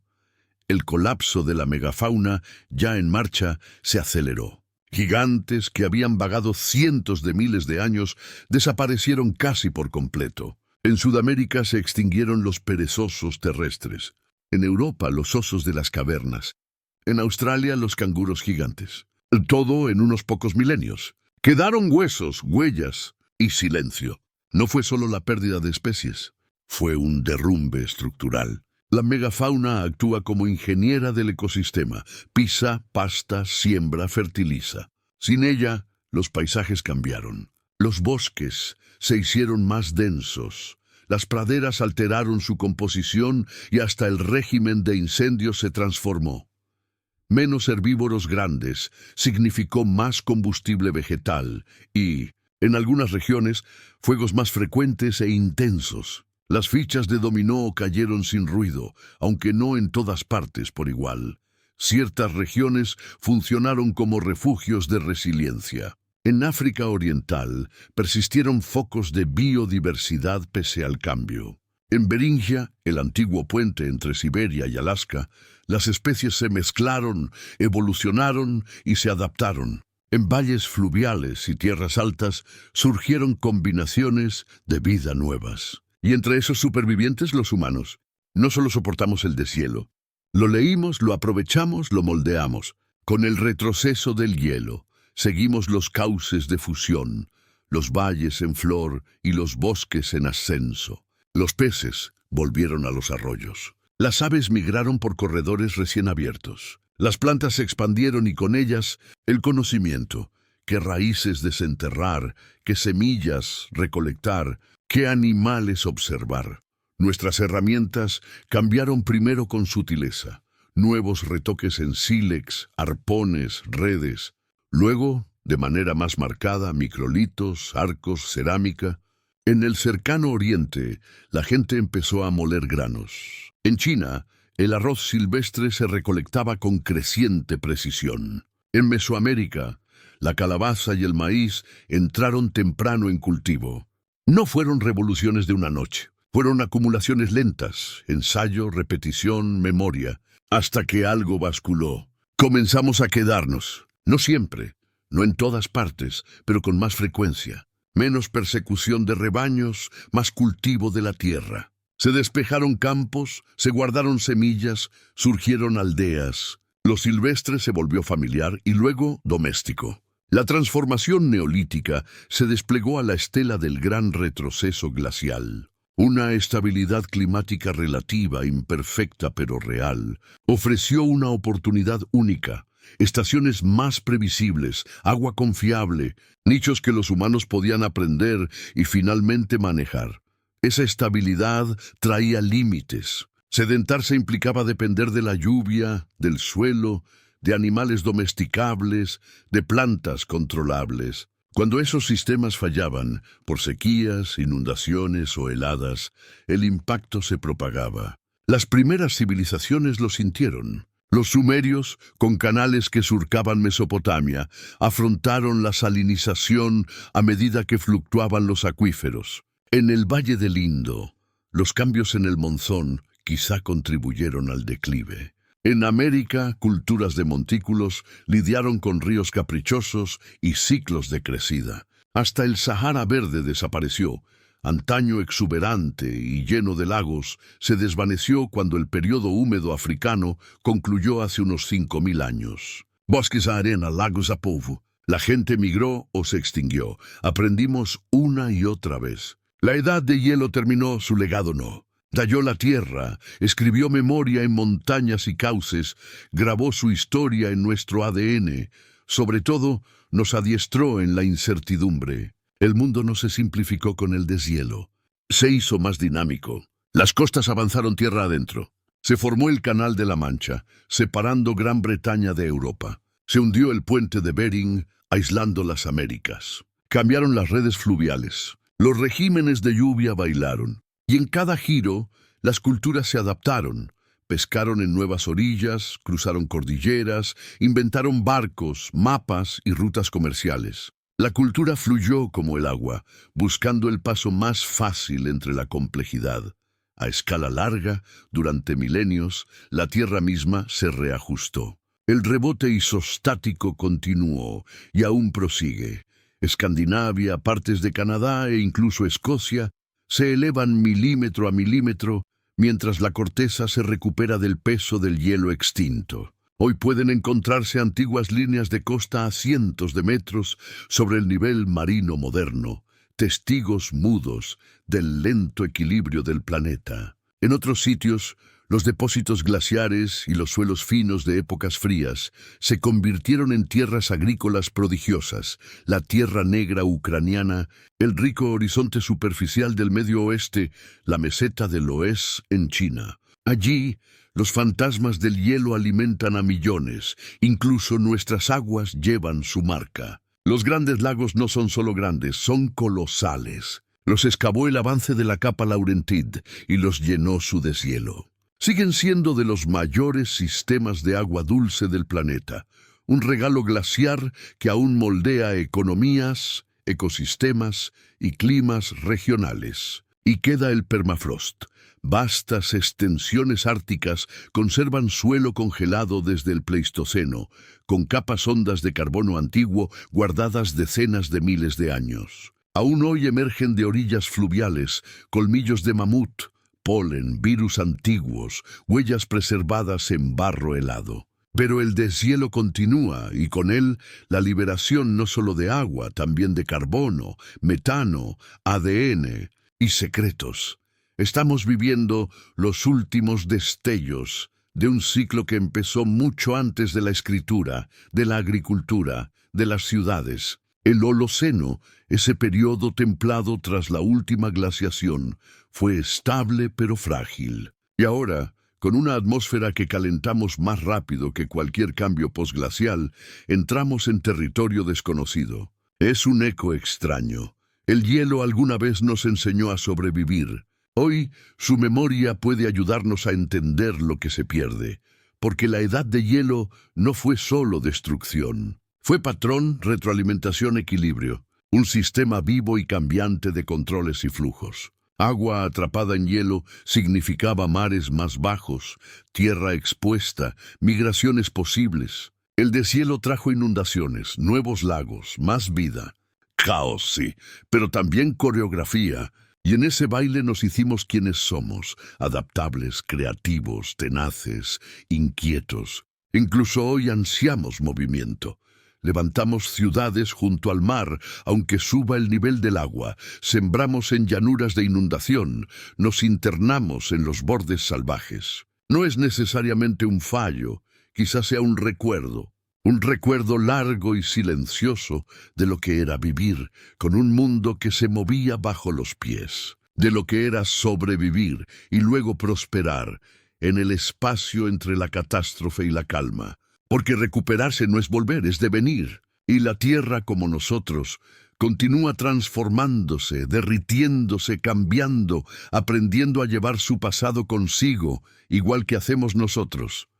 En algún lugar del norte de Europa, en un bosque con niebla, hay una roca, lisa, enorme, fuera de lugar, caída como una maleta olvidada. Las montañas más cercanas están a cientos de kilómetros. Bajo ella la hierba crece sin prisa, no se mueve. Niños trepan, pájaros se posan, el tiempo pasa, pero la roca recuerda. Llegó quizá hace 18.000 años, atrapada en el vientre helado de un glaciar, arrastrada milla tras milla y depositada con suavidad cuando el hielo cedió. Es un bloque errático, una piedra lejos de su cuna, dejada como tarjeta de visita de la edad de hielo. Hay miles como esa, desperdigadas por los continentes, insistiendo en silencio en que aquí ocurrió algo enorme. Que el mundo que damos por hecho, el calor, el verde, las costas, las ciudades, es la excepción, no la regla. La glaciación no interrumpió la historia de la Tierra, fue el telón de fondo de casi toda nuestra existencia. No solo sobrevivimos, nos forjó. ¿Y de verdad la hemos dejado atrás? El planeta se calienta.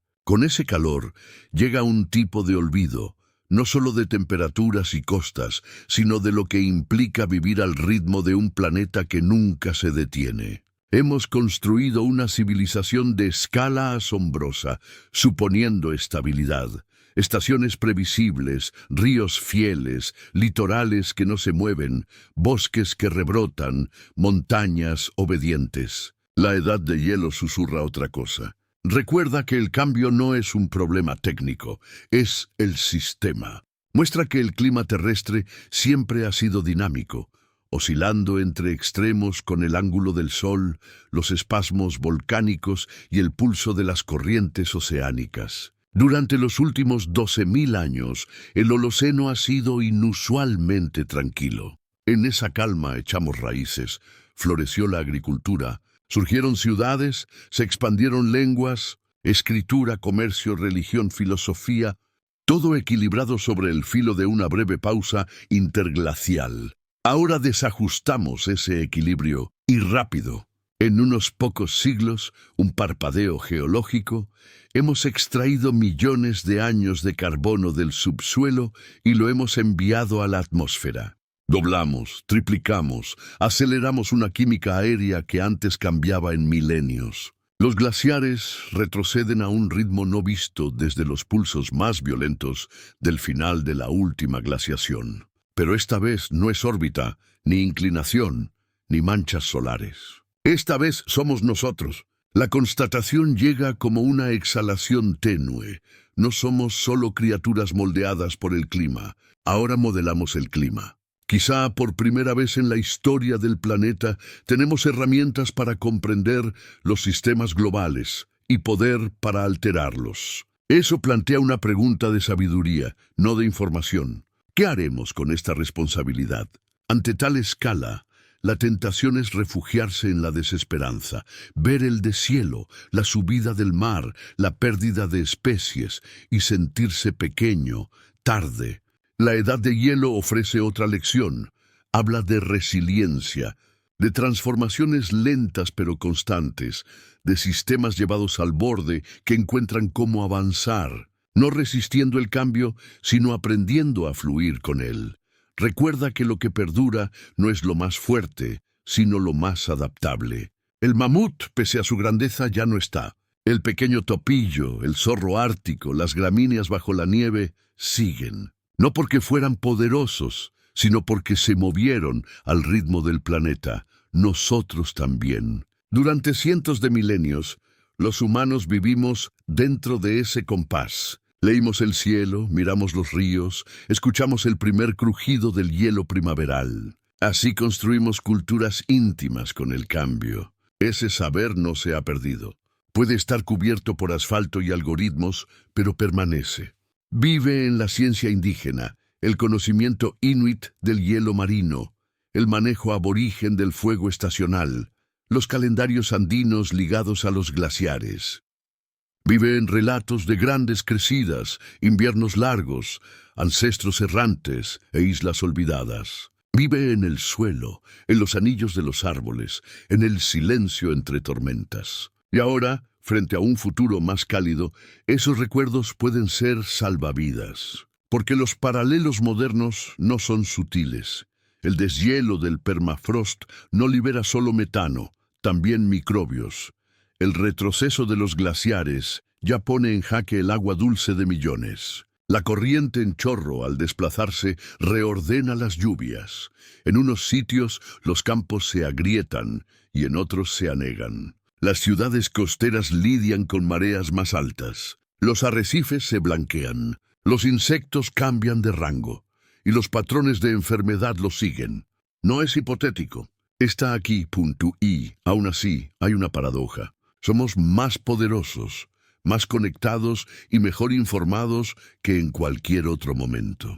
Podemos modelar el clima con una precisión asombrosa, rastrear el carbono desde un escape hasta un árbol, poner en órbita satélites que vigilan el balance energético del planeta. Podemos, si elegimos, actuar no desde el pánico, sino desde el conocimiento, la humildad y la memoria. Si la edad de hielo tiene una última lección, es esta. La Tierra cambia. Y nosotros también podemos. De hecho, ya lo hemos hecho. Hemos aprendido a cultivar en desiertos, a levantar granjas flotantes, a fijar carbono en roca, a restaurar manglares, a imitar la respiración de los bosques, a diseñar ciudades que se refrescan por sí mismas. No son quimeras, existen, avanzan, se expanden. La adaptación no es retirada, es resiliencia en marcha. La mitigación no es rendición, es reequilibrio. Recordar que la atmósfera no es un vertedero, sino una piel respirable, fina como la escarcha que envuelve nuestro mundo. Y la esperanza no es un estado de ánimo, es una práctica. Vive en la restauración de ríos en Kenia, en la agricultura comunitaria de Bangladesh, en los consejos de jóvenes del Ártico, en leyes climáticas, en estanques de castores y en aulas donde se leen núcleos de hielo como escrituras. Está en quienes analizan estalagmitas hasta tarde y en los mayores que recuerdan cuándo llegaban las lluvias. Está en cualquiera que escuche los datos, la historia y la tierra y luego decida cuidar, porque cuidar en un mundo moldeado por el hielo es sobrevivir. Y la tierra, pese a su aparente indiferencia, siempre ha respondido a la vida que insiste. Quizá no llegamos tarde. Tal vez seamos el siguiente capítulo. Lo que escribamos quedará en los isótopos, en el limo, en el calor o en el silencio de los siglos por venir. Porque la tierra al final recuerda. Recuerda las pisadas de mamuts, el vuelo de los pájaros, la extensión de la hierba. Recuerda el primer fuego encendido a la sombra de un glaciar. Y nos recordará lo que quemamos, lo que plantamos, lo que soltamos, lo que elegimos salvar. La edad de hielo no fue un final. Fue un comienzo. Y esto también lo es. Aquí estamos, De llanuras heladas a ciudades que se calientan, de mamuts a moléculas, de polvo antiguo a futuros lejanos, vagando por una historia que aún se escribe. La edad de hielo no quedó atrás. Está debajo, dentro y alrededor, en valles, en la inclinación de nuestro ADN, en el compás de la respiración. Si has llegado hasta aquí, quizá algo te habló por dentro, un reconocimiento suave, un asombro silencioso. Si este lento despliegue del tiempo te dio calma, curiosidad o simplemente un pensamiento para la noche, me encantaría que le dieras me gusta a este video. Y quizá suscribirte si aún no lo has hecho. Aquí, en Tierra Viva, exploramos lo antiguo, lo invisible y lo bello, un susurro a la vez. Ayuda más de lo que crees cuando compartes este rincón con quien necesite una voz suave antes de dormir. Si hay un hilo que quieras seguir, una parte que te intrigue o una pregunta que no te suelta, dímelo en comentarios. Esta historia no terminó y la serie tampoco. En el próximo episodio entraremos en otro antiguo punto de inflexión, otra historia de tiempo profundo.